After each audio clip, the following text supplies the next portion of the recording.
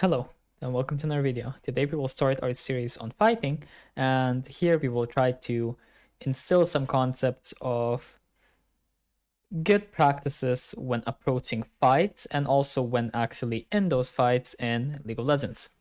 So if we start off, I have a little notepad prepared and I'm also going to go over some examples. So we have like 3 videos we will at least somewhat go over, and I'll try to break down the fights in those videos so you get some examples, and these videos are of every role, so you will get examples for every role.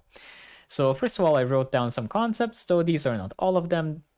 I'm sure that as we keep going with this little series, I'll find more stuff to talk about, but for now we talk about this stuff. Actually, I know I'll find more stuff to talk about.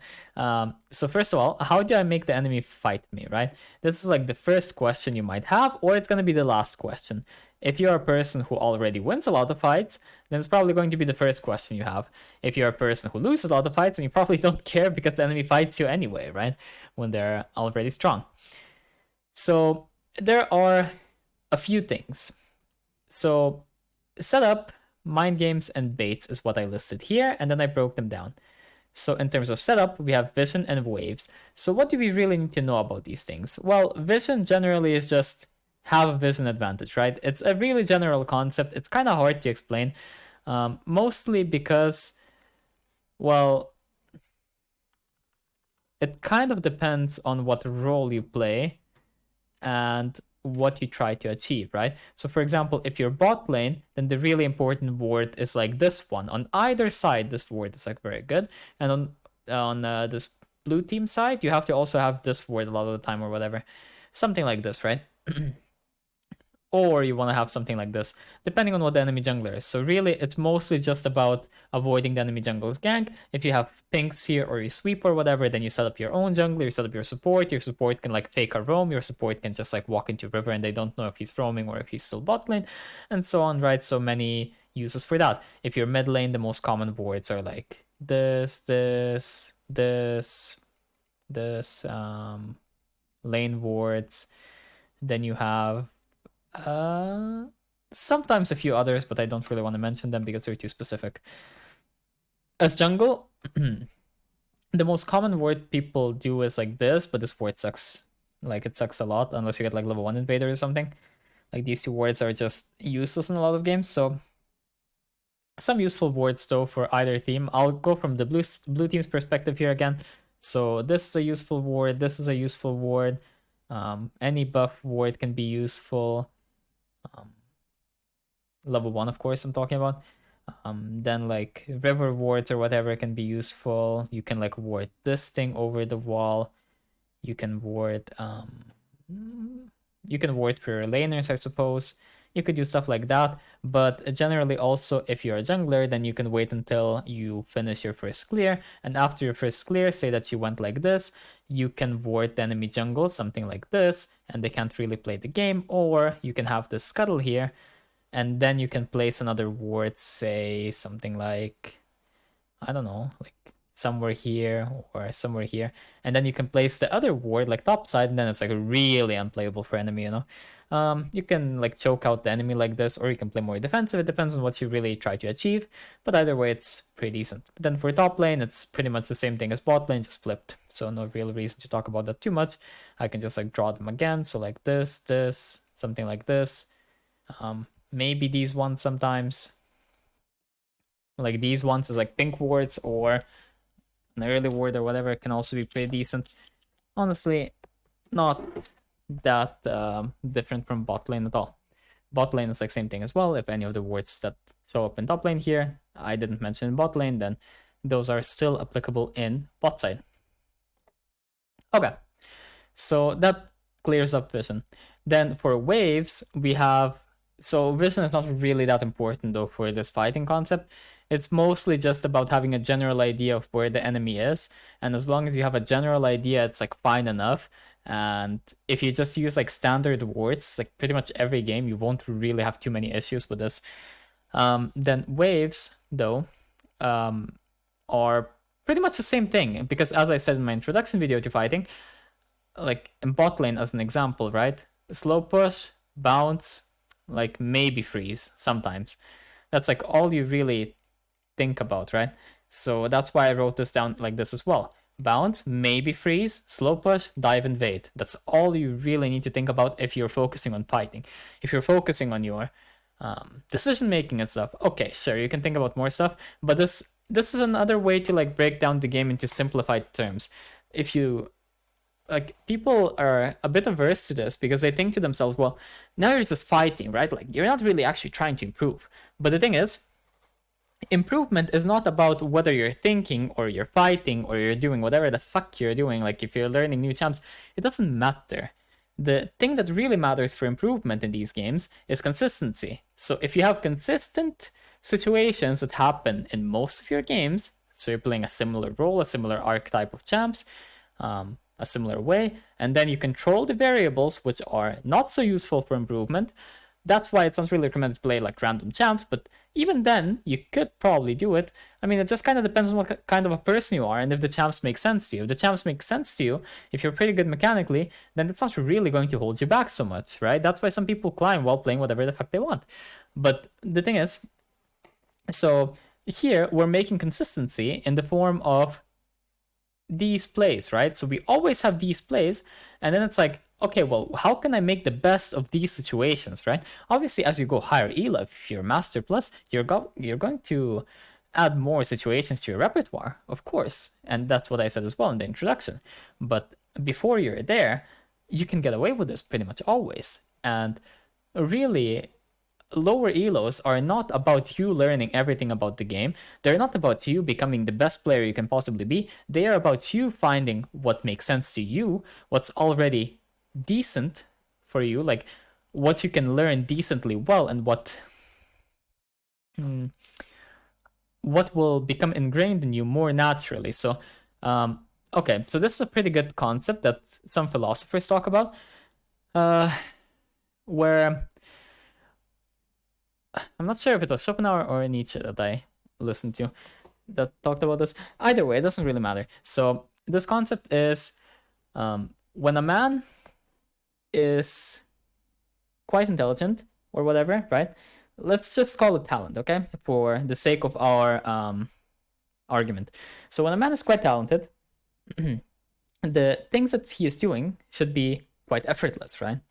And if something you're doing is effortless and it's natural, then you can just do it, right? But the problem is that when a man is not, he is going to force himself to do something, and when he's doing that thing, he is bound to fail eventually because you're forcing yourself, right? It's not natural. You're going against your own flow of things to make something happen. It's not exactly what they talk about, but this is like an adapted version of it, and I think it serves our purpose decently well.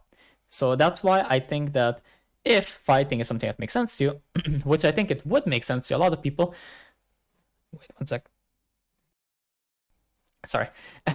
And it's really, really sad that people disincentivize fighting so much that that people just don't try it. Because if you're actually good at this, then this is going to be the easiest way for you and also the most fun. Either way, though, let's move on from that, I suppose. So we have these wave states that we're trying to achieve, right? And then after that, that's it for our setup, right? So it doesn't really matter what lane you're playing in. I gave you the examples for this. For jungle, though, I guess I should mention for jungle, because in lanes you can do this in every lane, right? But for jungle, I will say to adapt this to jungle, like the wave management that I just talked about. I mean, technically you could like use the laner's wave management, but you can't control that fully and stuff. So instead I'll talk about the camps and how you can control the enemy through camps. So there are two ways to control the enemy through camps. The first one is to abuse invades. So think level 1 invades, level 3 invades, level 4 invades, level 6 invades, and so on. You're forcing the enemy to path into a certain way where you can do whatever you want with them. The second way is if you're not stronger than the enemy, then basically what you try to do is you try to make sure you're as efficient as possible. And I mean, obviously punish the enemy for like any little mistake they make, but if they don't really make mistakes, then Kind of depends what kind of champion you are, but since my channel was pretty focused on Evelynn, I'll talk about Evelynn for now. You scale pretty well, so you really just try to force level 6.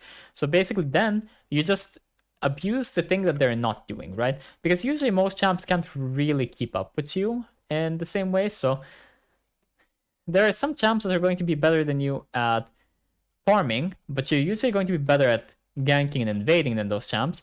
And there are some champs that are going to be better at invading or better at fighting or better at whatever, but you're usually better at farming than those champs. So then you usually try to abuse the weakness that they have, and through that you try to create a lead with which you can abuse them. But really this is just idealized, because in reality in pretty much all of your games people just make mistakes, so it's really just about punishing the mistakes. Like for example, they clear way too late, so you just get to take double scuttle. They clear way too late, so you get to invade them. They have way too low HP, so you get to fight them. They didn't do all of their camps, so you're just straight up ahead, and so on. Okay. So, okay. Next up we have mind games. So for mind games, we have abusing vision, hiding knowledge, and testing, right? So what do I mean here? It's kind of similar with baits, so I don't know why I really split this up the whole... I don't know. I mean, just so it makes more sense, I suppose. But anyway, you can count these two as like one thing, kind of.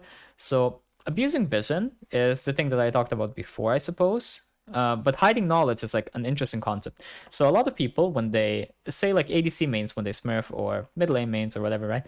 It doesn't really apply to jungle mains so much, because you don't really see the jungler play from the start of the game, right? But like laners, you see play from the start of the game. So what people will do, they will start like clicking like this 5 times each, right? Like bam, bam, bam, bam, bam, bam. And you know, like this, if you play against like a silver gold player or something, right? Like if he sees you click 5 times each, so you're clicking 10 times per second, that guy starts shaking. That guy's scared. You know, if he checks your OPG, he sees 90% win rate, he already doesn't want to play. And then you like walk up to him and you trade him like 200 HP. Well, that guy's not gonna walk up for the rest of the game, right? So you don't really get the enemy to fight you like that anymore. So judging the enemy's skill range, kind of, and figuring out what they're capable of and how good they are is a pretty important thing, because then you can hide the knowledge that you do have. So for example, if you play something like Nami Lucian, right?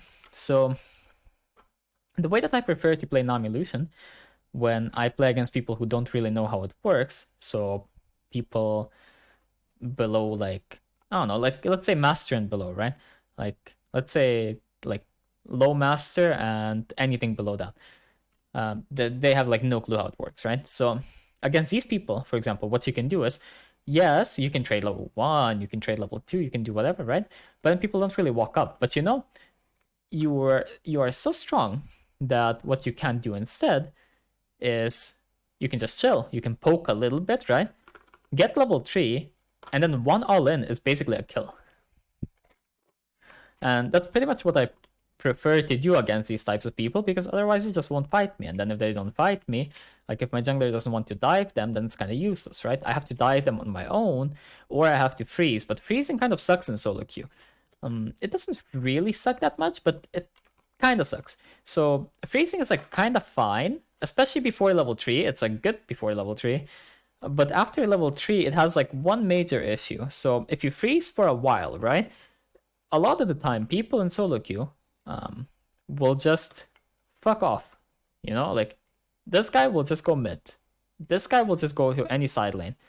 This guy will just go like here or to jungle or whatever, right?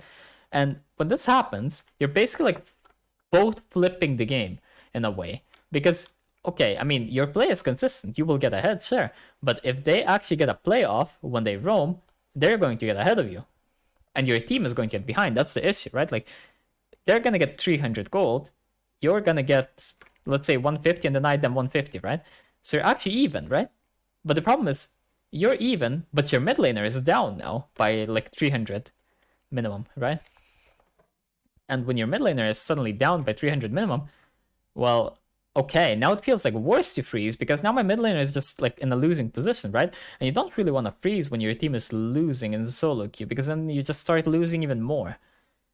So it's kind of problematic in that sense. Okay.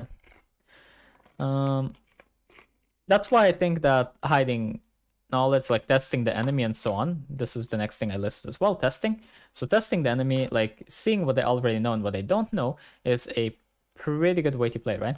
So for example, if you're a low range ADC, you walk up to the wave and you hit it and you see what happens, you know, like, do they try to hit me? Do they not? Because if they don't try to hit me, then there is stuff I can do to abuse them really hard, right?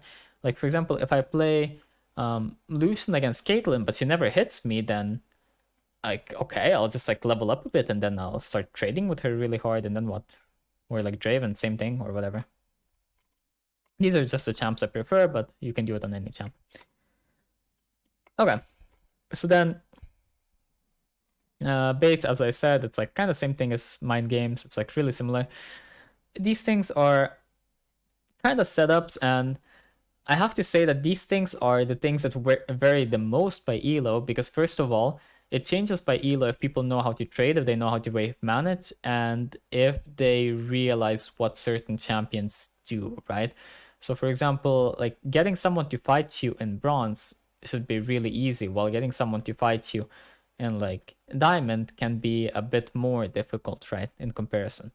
Though do keep in mind that there are exceptions to these types of statements, because for example, platinum players love to fight and master players love to fight, while like diamond players don't like to fight that much, and gold players are like 50-50. Sometimes they love to fight, sometimes they don't, and so on.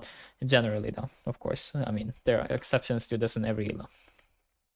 Okay, but then what kinds of fights do we have in League? So you have these 5 types. Let's say you can obviously split this up into smaller pieces, but this will do for our purpose. So you have auto win fights. So here I'm thinking something like you already have a lot more HP than enemy, a lot more items or whatever, right? So if you just play it like, I don't know, you just click on the enemy, you should probably win, right? Then probably win is, okay, well, if I play it normal, I will win, right? Even it's like whoever plays it better will probably win. Or if there's like a factor that we don't account for, like a turret player or whatever, probably lose is like the opposite of probably win, and then auto lose is like the opposite of auto win, right? So what do these things really mean for us? The reason I mentioned this is because it matters in the way that we approach the fight. So if we have an auto win fight, then all you really need to think about is, how do I stick to the enemy, right?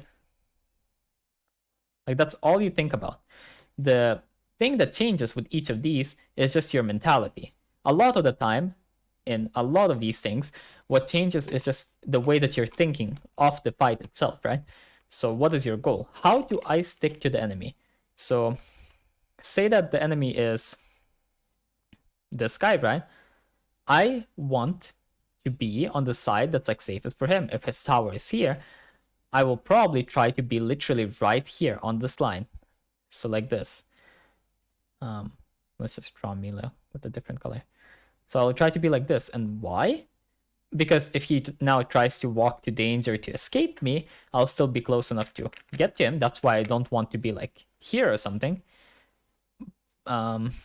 See, let's use a different color. But at the same time, I don't want to be like here, because then he can actually run to safety, right? Pretty bad. Okay. So that's like for auto win fights. For probably win fights, it's pretty similar, but not as. Like for auto win fights also, you should be really willing to like grief the fight to make sure they can't escape and that you can't like misplay in that sense, right? While probably win fights, you want to make sure you don't grief, like you want to play it like somewhat normal, right?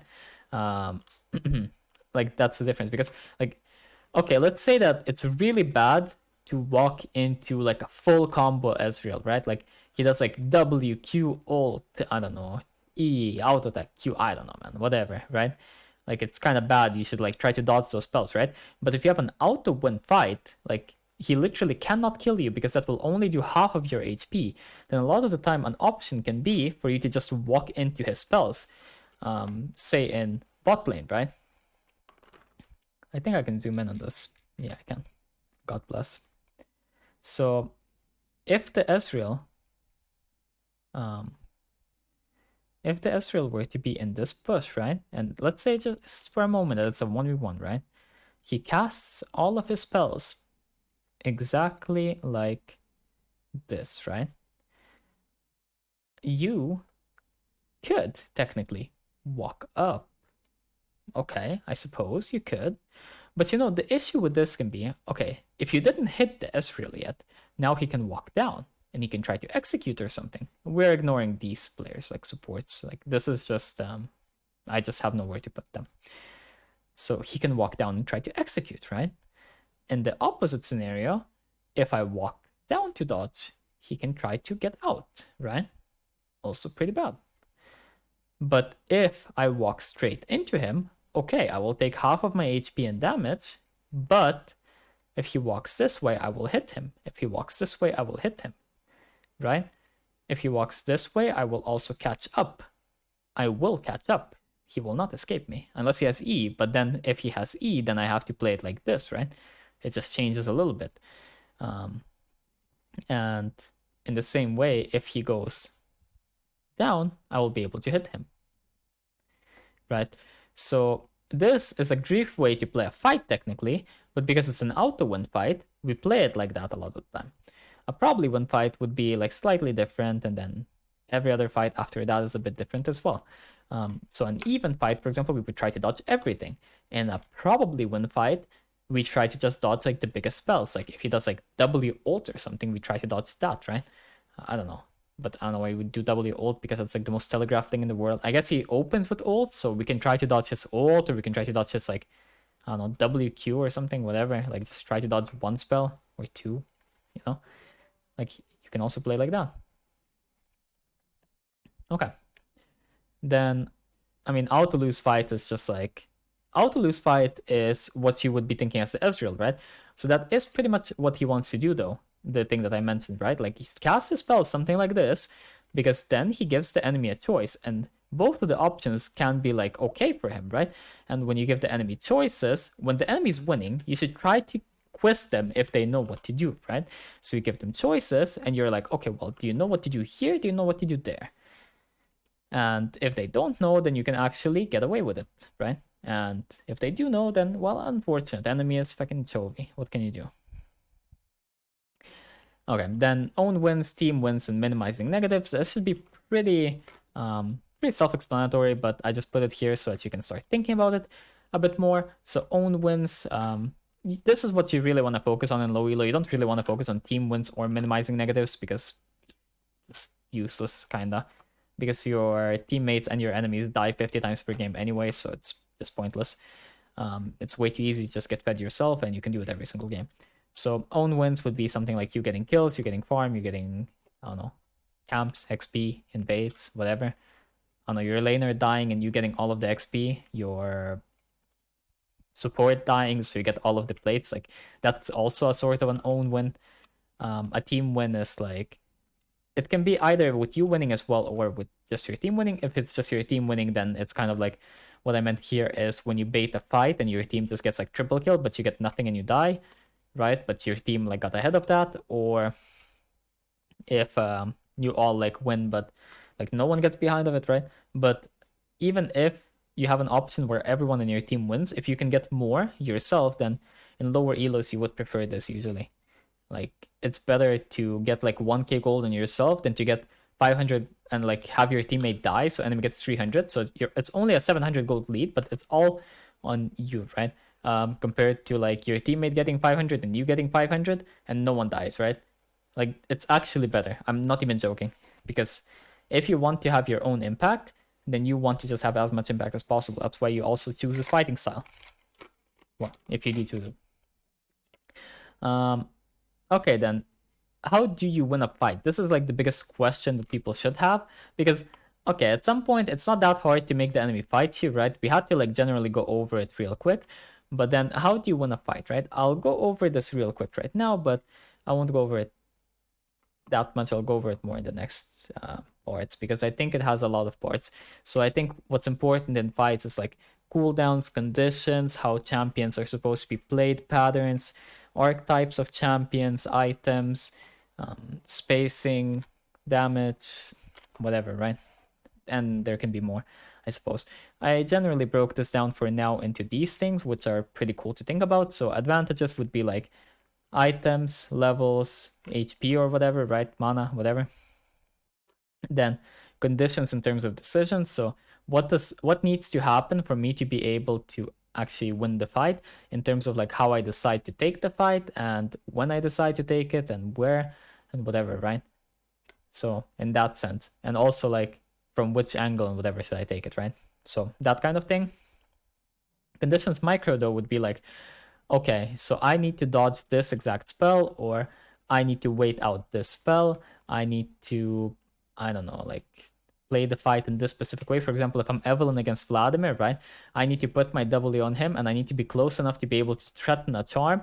And then when he pulls it, I will actually have enough time to Q as he's getting out of the pool where he can't really get away from it yet because the charm lasts long enough, right? So that's like an example of a condition that's both decision and micro though. You have to be able to know how to charm him after the pool, and you have to be able to know how to force it and that it's what you should do. And then turns is kind of like, okay, so League is a lot more simple if you think about everything in terms of turns. Even ADC auto attacks are kind of turns or cooldowns, right? So attack speed and champion auto attack windups kind of work in the same way as spell animation times and cooldowns, but they're not shown. This is why a lot of World of Warcraft players found League a lot easier than some other people. I mean, you could say it's because of spells and whatever, but I think this is like one of the biggest things because they have those channel times in their game, right? And it's always shown in the middle of their screen. And when you think about the game in that way, then ADC is really simple and other rules are really simple. You do have those channel times for spells, but not all spells, firstly. And secondly, it appears on your screen only for a split second. So I think like half the people who play League don't even know that those things appear on the screen, probably. I mean, don't quote me on that, but that's what I think anyway. Okay, so how do I explain turns better? I suppose I could also say, I mean, everything in League is turns, but I think one thing that would be pretty interesting for some of you here would be an example I thought of for this. So let's say you're fighting a Vi, right? And you are something like a Lucian, right? So her Q and your E are kind of like turns or walking or whatever, right? But you can have like a long turn or a short turn. So let's say that you have like a long turn, you like walk in, right? Then she casts her Q and that's her turn, right? But her Q makes her turn timed. So it's timing out. And then if you don't get hit by the time that it times out, then her turn is over, right? And then you can do whatever the fuck you want. We're assuming that she doesn't have ult here, of course, because her ult breaks this pattern a little bit and then it makes it too complex, so it's kind of annoying to explain. Very situational as well, very item dependent, support, whatever. So let's skip that ult thing. Okay, so that's like the simple example, right? But okay, what if I'm Lucian and I dash in, right? So this is what a lot of people don't think about. So when you're, say, a dash champ, it doesn't even matter if you're Lucian, right? I'm just using Lucian as an example. If you're Lucian here and you dash in to Vi's range, right? We're gonna say that this circle is the range of her Q. If you dash into her range, what do you think she will do? She will cast her Q and try to hit you, right? That makes sense. I mean, what else makes sense for her to do? She could also walk away or walk into, I suppose. That's also an answer. Though in lower elos, it's pretty much always going to be just starts charging her Q. So if she does start charging her Q, then what should you do? Well, a lot of people will try to hit or combo or whatever, right? So people get really focused on what they want to do, what they should do. And they're like, okay, I'm going to do this, I'm going to do that. And let's say it's a card game, right? So 1, 1, 2, 2, 3, 3. It's like the turns, right? So you cast your setup spell, right? You have like some setup. I don't know, like you freeze the enemy so they take more damage from your fire spell next turn, right? And then the enemy is like, oh, well, immune to fire. And then you cast fire. And they're like, okay, I guess. And this like also bounces fire back into you. So now you're like on flame. You're like up in flames. And they're like, oh yeah, wind. We boost the fire power. And then you're like fucking exploding there. And then you're like, fire again, I guess. It didn't work last time, so I'll fire this time. And then you're just like blocked again, and you're even more on fire. And then they like do some more wind, so you like get even more on fire. I don't know, man. And just like the equivalent though, when you like dash in and start using all of your spells and auto attacks and whatever, and just try to damage the enemy the whole time, right? It doesn't really work. So if you think of it in a turn-based scenario though, it really makes sense why it doesn't work, right? Like you dashed in and you did something, and now it's her turn to respond, right? So how does she respond? If she's a high-level player, then she will respond obviously in a more interesting way. But no one in Master and below, or I should say low Master and below, will really respond in a way that's too interesting. It's usually just, yeah, I cast my Q or I run away. It's never really that interesting.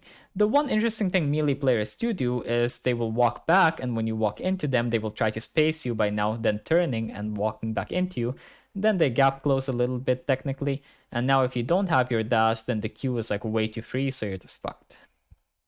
But generally, your idea is just to play at this range or something and respond to her Q, and then you can like bait it, you know, and then you can like dodge it, whatever. Like there are many ways to play, but I'm trying to bring up the concept. So I think this will do for now, and we'll go through some examples of fights right now, and then next time we can go more in depth on, I don't know, I'll choose one of these topics and I'll go more in depth on those. So let's really quickly go through some fights. So what is the condition to win when you're Xayah against like Cho'Gath, right? The condition is to not get hit by his Q pretty much. So as long as you don't get hit by his Q, you don't care. When he uses W, he has enough movements for you to just walk out of it.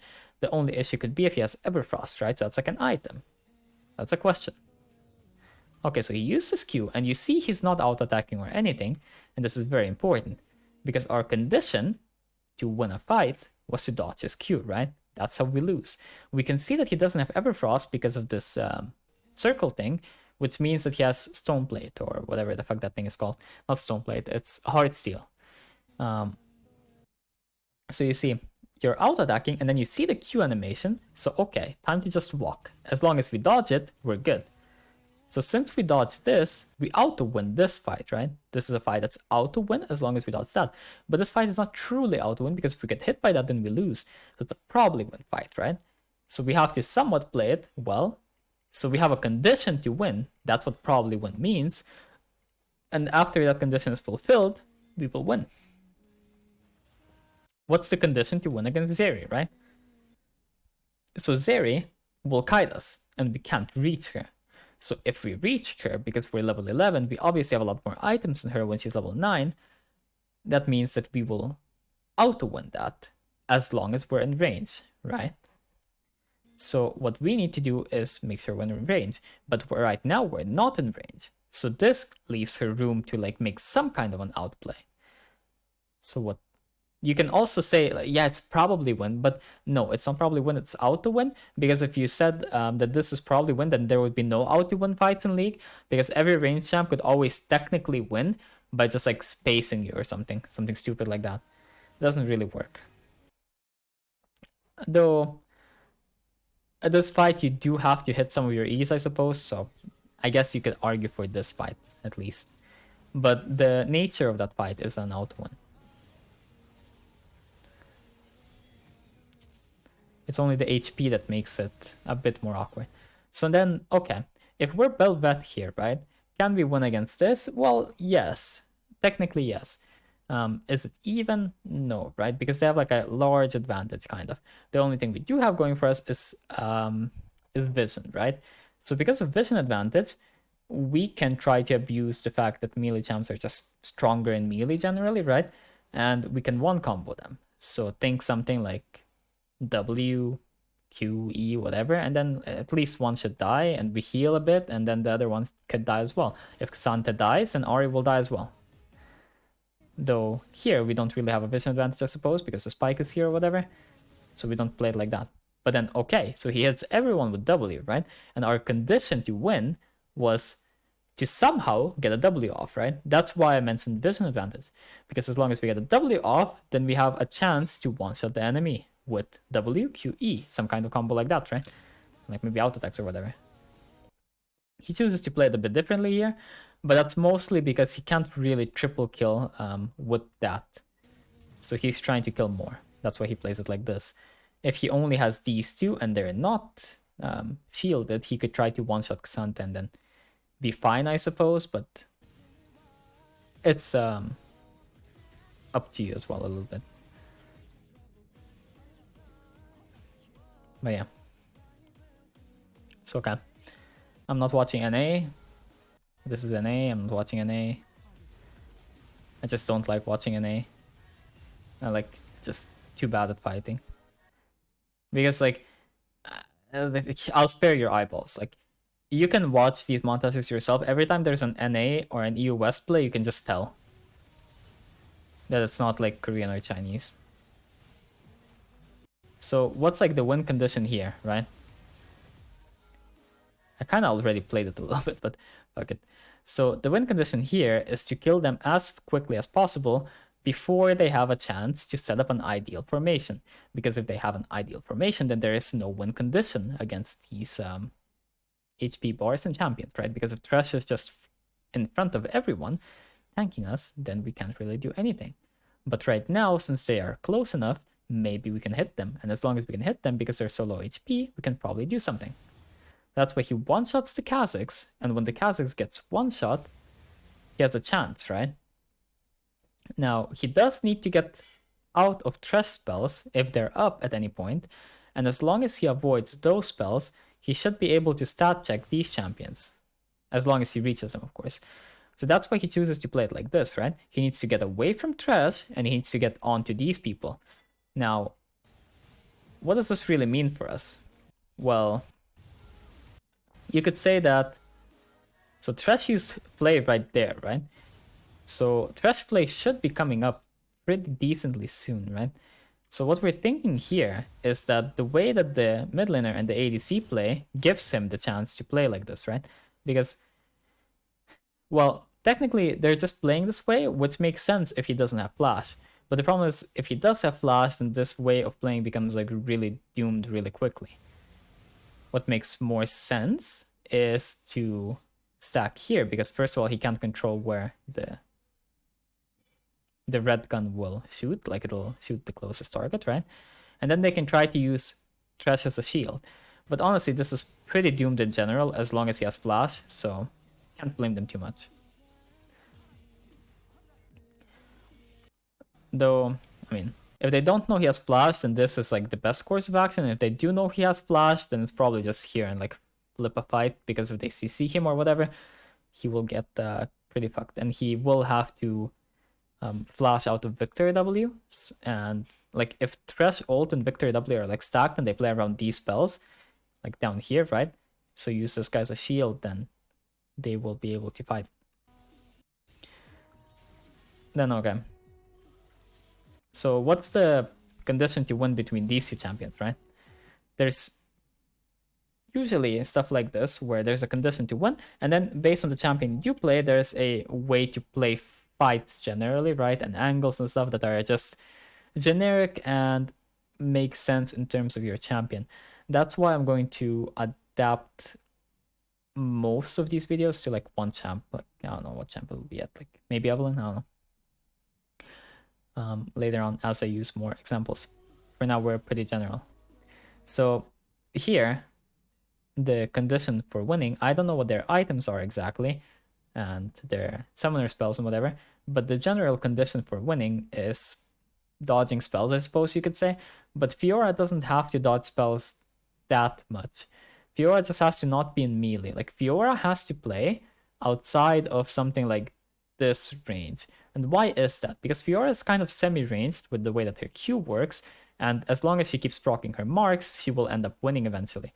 But she does not have as fast of a duel as Yone, because his probably tempo with auto attacks in Q will out DPS her in a very short trade, right?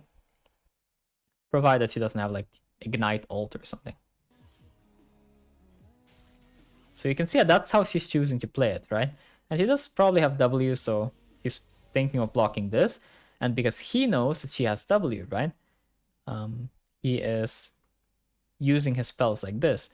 Because at this level, people don't just waste a W. Like, if this is low elo, then what you can do is you can just run at her, and eventually she'll probably just waste her W without you even using Q, and then you can just Q her after that because she's sitting duck after it.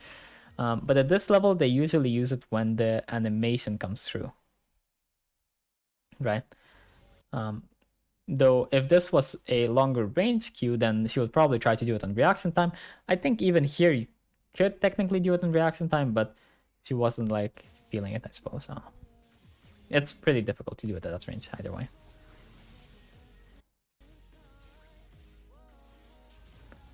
But yeah, both of these champs do have somewhat of a theme of kiting the other one though. Because she procced so many vitals already, she actually had enough of an HP advantage where having the fight go pretty badly for her was actually like okay, so he had to kite her a bit. It's okay. But I think that her playing it like this doesn't make too much sense, sadly, I have to say. I think she has Ghost and he has Flash, so this doesn't really work based on summoner spells. That's like the main issue for her. That's why it doesn't make sense. I suppose maybe she didn't know that he has Flash or whatever else.